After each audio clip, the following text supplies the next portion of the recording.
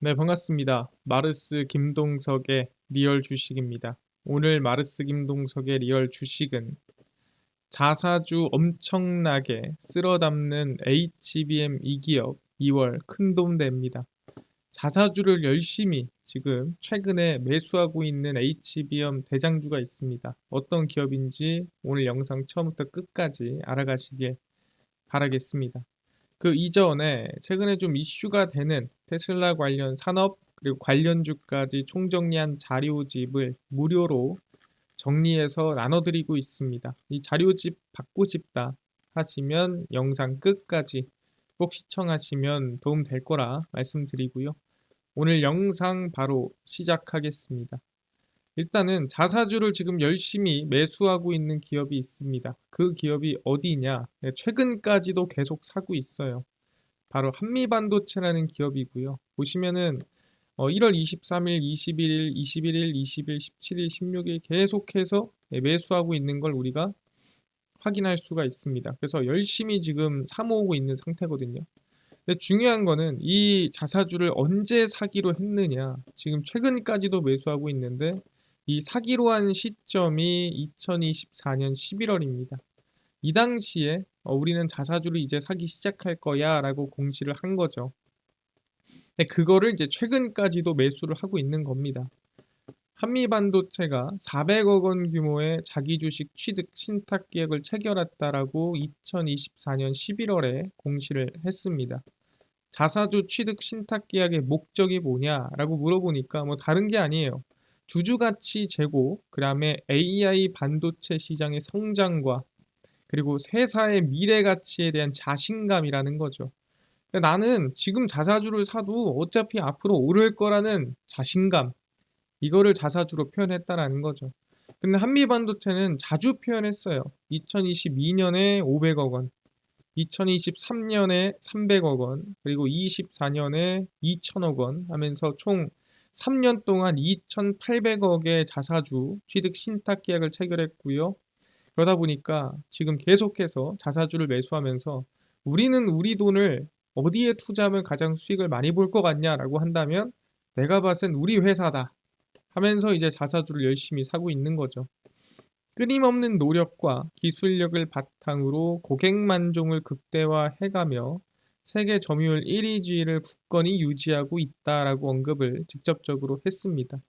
근데 뭐 자사주야 사실 뭐 많이 살 수도 있고 충분히 올라가니까 그럴 수 있는데 사실 대부분의 우리 흔히 대기업의 회장님들이나 아니면은 대주주분들이 잘 하지 않는 게 있습니다. 그게 뭐냐면은 최고점 증여예요. 그러니까 주식의 가치가 최고점에 있을 때 증여를 하는 행동은 거의 안 합니다. 왜? 사실 여기에 하나 여기에 하나 어쨌든 100주를 넘길 거다. 그러면은 여기에 하든 여기에 하든 똑같이 100주가 넘어가는 거잖아요. 정확히 말하면 경영권의 이 주가의 높이는 큰 의미가 없다라는 거예요. 똑같은 100주니까. 그럼 내가 만 원의 100주를 넘길 바에야 차라리 좀 떨어져서 5천 원의 100주를 넘기는 게 이득이라는 거죠. 왜? 저가에 넘겨야 세금도 덜 내고 싸게 넘기고 그래 올라가면서 또 긍정적인 방향을 만들지 않겠습니까? 근데 여기다가 만약에 넘기면 세금을 더 많이 내겠죠. 가치가 올라가 있으니까. 그래서 대부분 증여는 여기 바닥에서 한단 말이에요. 근데 한미 반도체는 달랐더라. 자신감이죠. 최고점 증여를 했습니다. 곽동신 한미반도체 대표이사 부회장이 두 아들한테 약 3천억 원 상당의 주식을 증여를 했습니다. 또 적은 규모도 아니에요. 주식 대량 보유 상황 보고에 따르면 곽 부회장은 이날짜로 장남 호성과 차남 호중에게 97만 주, 약 1%씩 총 2%를 증여를 했습니다. 그래서 증여가액은 약 1,532억 원씩 3,062억 원에 달한다라고 합니다. 엄청나게 많이 넘겼죠. 두 아들의 회사 보유 주식은 종전 보유분에 더해 198만 주로 증가를 했습니다. 그러니까 198만 주로 증가했다는 건 뭐냐면 그러니까 이번에 넘긴 게 대부분이라는 거예요. 애초에 그전 지분 자체가 많지 않았다라는 거고 이번에 3천억 넘긴 게 이게 이제 대부분의 지금 지분이라고 볼 수 있는 거고 증여는 통상 주가가 낮은 수준에 있다고 판단될 때 이루어지는데 왜 그러겠습니까? 증여세를 덜 내려고, 세금을 줄이려고 원래 그렇게 하죠. 근데 한미반도체는 언제 증여를 했냐? 주가상 흐름을 보면은 네, 여기서 했습니다. 정말 우리가 부정할 수 없는 최고점에다가 증여를 한 게 이번에 한미반도체였다. 근데 사실 이걸 보면서 느낀 거는 아시겠지만 대부분이 뭐 한다면 여기서 하든가 뭐 이쯤 했겠죠. 근데 여기서 했다는 건 자신감이죠. 얘가 여기서부터 더 오를 거라는, 물론 안 오를 수도 있지만 그만한 자신감을 저는 이 증여로서 저는 보여줬다라고 생각을 합니다. 그리고 이제 최근에도 자사주를 여기에 열심히 사모으고 있는 게 현재 한미반도체다라고 말씀을 드리는 거죠. 그러다 보니까 한미반도체에 대한 자신감이 대단하구나. 그럼 앞으로 계속 성장이 가능할까? 주가가 오를 수 있을까? 이게 또 궁금하지 않겠습니까? 그래서 정리를 해봤습니다. HBM에 대한 성장이 아마 올해 좀 본격화되지 않을까. 근데 그냥 본격화되는 게 아니라 제일 중요한 건 이 한미반도체가 납품하는 기업들 중심으로 성장세가 두드러질 가능성이 높다라는 거죠. 그 첫 번째가 SK 하이닉스입니다. SK 하이닉스는 저희 HBM4 제품은 올해 하반기 중에 개발과 양산 준비를 마무리하고 공급을 시작하는 것을 목표로 하고 있다. 먼저 12단 제품을 시작으로 공급을 하고 이후 16단 제품은 고객 요구 시점에 맞춰 공급할 예정으로 2026년도 하반기를 예상하고 있다. 그러니까 12단은 12개를 겹친 거고 16단은 16개를 겹친 겁니다. 당연히 이게 기술력이 높겠죠. HBM, DDR5 등에서의 경쟁력을 유지하기 위해, 그러니까 정확히 말하면 이게 첨단 반도체죠. DDR4라든가 LPDDR4라든가 레거시, 그러니까 범용 제품입니다. 말 그대로 첨단이 아니라 그냥 흔한 제품 같은 경우에는 생산을 줄이겠다. 지금 중국이 뚫고 들어오고 중국의 점유율이 올라가고 있는 게 여기입니까? 아니죠. 여기가 아니라 여기입니다. 범용 반도체. 그러니까 만들기 쉬운 거부터 중국이 일단 점유율을 가지고 들어오는 거예요. 왜? 이거는 만들 수는 있지만 수율이 안 나옵니다. 수율이 뭡니까? 10개 만들면은 정상 제품이 몇 개니? 라고 했을 때 뭐 SK하이닉스가 한 50% 나온다고 한다면 뭐 중국은 한 개 나올까 말까입니다. 10개 중에. 그리고 HBM4에서는 TSMC와 원팀 체계를 구축해 협업하고 있다라고 직접적으로 발표를 했습니다. TSMC랑 손을 잡고 하는구나. 그럼 우리가 TSMC 얘기도 좀 들어봐야 되지 않겠습니까? 그래서 최근에 TSMC 실적 발표가 있었고 거기에 또 발언이 있었는데 그 발언을 조금 가지고 와봤습니다. 메모리 시장은 전반적으로 성장할 것이지만 그 중에서도 뭐가 HBM은 매우 빠르게 성장할 것입니다. 그러니까 TSMC가 SK하이닉스랑 HBM 손을 잡은 이유를 우리가 알 수 있겠죠.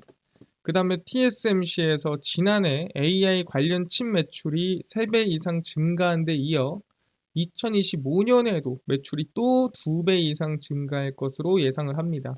그러니까 AI 칩이 작년에 3배 증가했는데 올해는 또 2배 증가한다. 이 성장률이 말이 안 되죠. 아시겠지만 AI 칩이 가는 데는 HBM이 따라갈 확률이 매우 높습니다. 첨단 패키징은 작년 매출의 8% 이상을 차지했으며 올해는 10% 이상을 차지할 것으로 예상이 됩니다.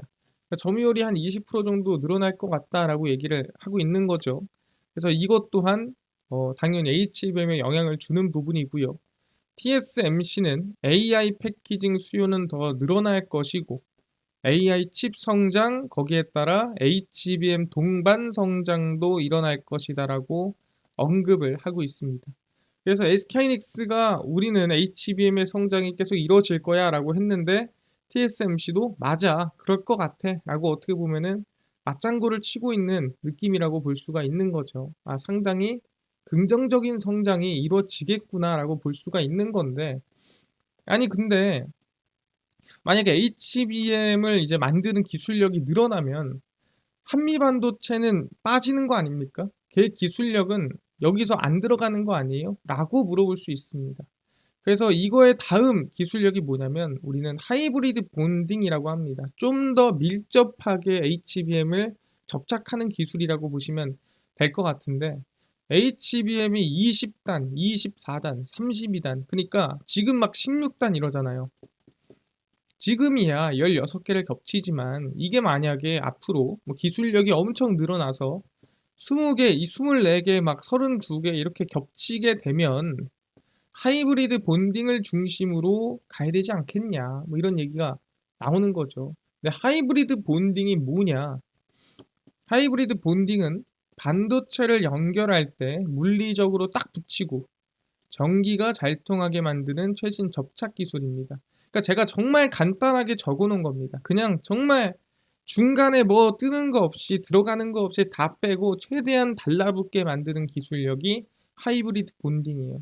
그럼 당연히 뭐예요? 통신이라든가 거기 안에 들어가는 전력이라든가 이 모든 부분에서 효율이 좋아질 수밖에 없다. 그러니까 우리가 그냥 체온을 전달하는 거랑 똑같다 생각하시면 돼요.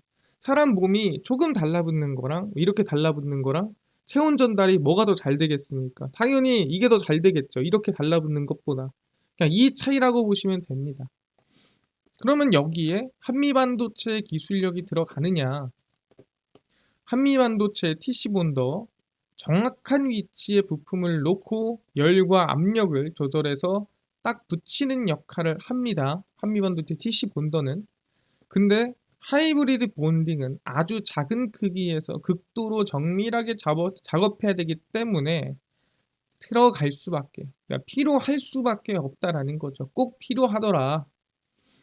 하이브리드 본딩으로 넘어간다 해도 한미 반도체가 빠지거나 또는 한미 반도체에 대한 점유율이 떨어질 만한 가능성은 적더라라고 우리는 얘기를 하고 있다라는 거죠. 아, 그렇구나. 그러면은 뭐 SK 하이닉스 믿고 가는 건가요? 그거 하나 믿고 갑니까? 아니죠. 보시면은 마이크론의 HBM입니다. 최근에 마이크론도 HBM3 16단 양산 준비에 돌입을 하고 있습니다. 사실 마이크론이 삼성전자보다 좀 빠르죠. 업계 최고층인 16단 기술 경쟁이 본격화되고 있습니다. 16개를 겹치는 기술력이고요. HBM3 16단은 다음 세대인 HBM4의 기술 노하우를 확보한다는 차원에서 중요한 의미다. 그러니까 HBM4로 넘어가려면 일단 16단 정도는 가뿐하게 해야 HBM4 수율도 나오고 HBM4 생산 가능한 거 아니겠어?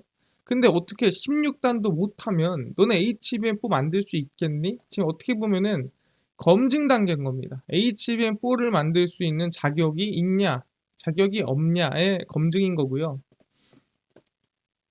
HBM4에서는 16단이 본격 활용되는데 단수가 높아 기존 세대보다 훨씬 더 많은 데이터 용량을 처리할 수가 있습니다. 당연히 뭐 많이 들어가고 그 다음에 훨씬 더 좋아지기 때문에 당연한 얘기죠. 근데 이제 이거를 만들 수 있을 만한 수율이 나오냐, 아니 생산할 수 있을 만한 능력이 있냐 없냐 이게 상당히 중요한 겁니다. 그래서 공정의 난도가 높고 수율 관리가 어려워 사전 기술 안정화가 필수적이다. 그러니까 말 그대로 여기 안에 들어가는 장비, 기술력이 난이도가 높은 거를 받쳐줘야 된다라는 거예요. 그러니까 사실 장비들이 넘어올 때 이 진입 장벽이 너무 높더라. 그럼 누가 넘어와야 돼요? 당연히 세계 1등 장비들, 세계 1등 기술력들이 넘어와야 되는데 그게 누구지? 보니까 아시겠지만 그 또한 한미반도체다라고 볼 수 있는 거죠. 그래서 마이크론에도 한미반도체가 납품을 실제로 하고 있는 상황입니다. 그러다 보니까 올해 HBM이 성장함에 따라 수혜를 볼 수 있는 기업이 한미반도체라고 보는 거고요. 한미반도체는 지난해 4월부터 마이크론의 HBM 생산용 TC본더 납품을 시작을 했습니다. 아까 얘기했죠. 달라붙게 만드는 장비다. 마이크론의 HBM 캐파 증설과 함께 한미반도체 TC본더 매출이 증가할 것으로 기대가 되고요. 그래서 마이크론은 이번에 착공하는 싱가포르 HBM 전용 공장과 2026년 미국 아이다호주, 2027년 미국 뉴욕주와 일본 히로시마 공장에서도 HBM 생산 시설을 가동할 예정입니다. 그래서 마이크론도 아시겠지만 지금 HBM에 대한 성장, 그 다음에 기대감이 이어진다라고 볼 수가 있는 상태고요. 그래서 실제로 한미반도체 실적을 확인해 보면은 보겠습니다. 2024년 매출액이 1분기부터 4분기까지 거의 말도 안 되게 성장을 했죠. 근데 아시겠지만 3분기에 고점을 찍고 매출액이 4분기에 좀 꺾였고요. 그 다음에 2025년도로 넘어가면은 1분기에 조금 반등하고 2분기, 3분기, 4분기로 갈수록 크게 성장하는 걸 확인할 수가 있습니다. 그러다 보니까 아마 올해 상반기 끝에 갈수록 좀 강세가 이어지지 않을까라고 생각하고요. 네, 이제 1월이니까요. 그래서 영업이익을 보시더라도 지금 보시면 이 4분기에 살짝 꺾였어요. 영업이익이 꺾였다가 다시 올해 2025년 1분기에 반등 살짝 하고 실질적인 성장은 언제 2, 3, 4분기에 몰리는 걸 확인할 수가 있습니다. 그래서 아마 2분기에 좀 강한 흐름세가 이어질 수 있다라고 생각을 하고요. 아마 1분기는 눌림목의 기회를 한번 줄 거다라고 생각합니다.